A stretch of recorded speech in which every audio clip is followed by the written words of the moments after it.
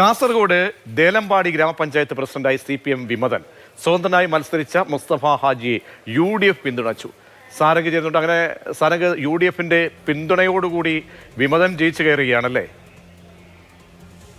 അതെ പ്രതീഷ്, ദേലമ്പാടി പഞ്ചായത്ത് എന്നത് LDFന് വലിയ സ്വാധീനം ഉണ്ടായിരുന്ന ഒരു പഞ്ചായത്തായിരുന്നു. മുൻകാലങ്ങളിലെല്ലാം തുടർച്ചയായി LDF വലിയ തോതിൽ വിജയിച്ചു വന്നിരുന്ന ഒരു പഞ്ചായത്തായിരുന്നു. എന്നാൽ ഒരു വിഭാഗം CPM പ്രവർത്തകർ പാർട്ടിയുമായി തെറ്റിപ്പിരിഞ്ഞ് മാറിയതോടുകൂടിയാണ് ഇത്തരത്തിലൊരു പ്രതിസന്ധി ഉണ്ടാകുന്നത്. ഇത്തവണ ഫലങ്ങൾ പുറത്തു വന്ന സമയത്ത് UDFന് 4ഉം NDAക്കും LDFനും 5 വീതം സീറ്റുകളുമായിരുന്നു ഉണ്ടായിരുന്നത്.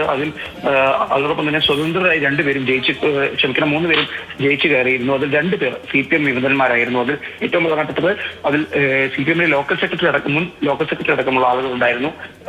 അവരിൽ ഒരാളായ മുസ്തഫ ഹാജിയാണ് ഇപ്പോൾ സ്വതന്ത്രനായി പഞ്ചായത്ത് പ്രസിഡന്റായി അധികാരമേൽക്കാൻ പോകുന്നത്.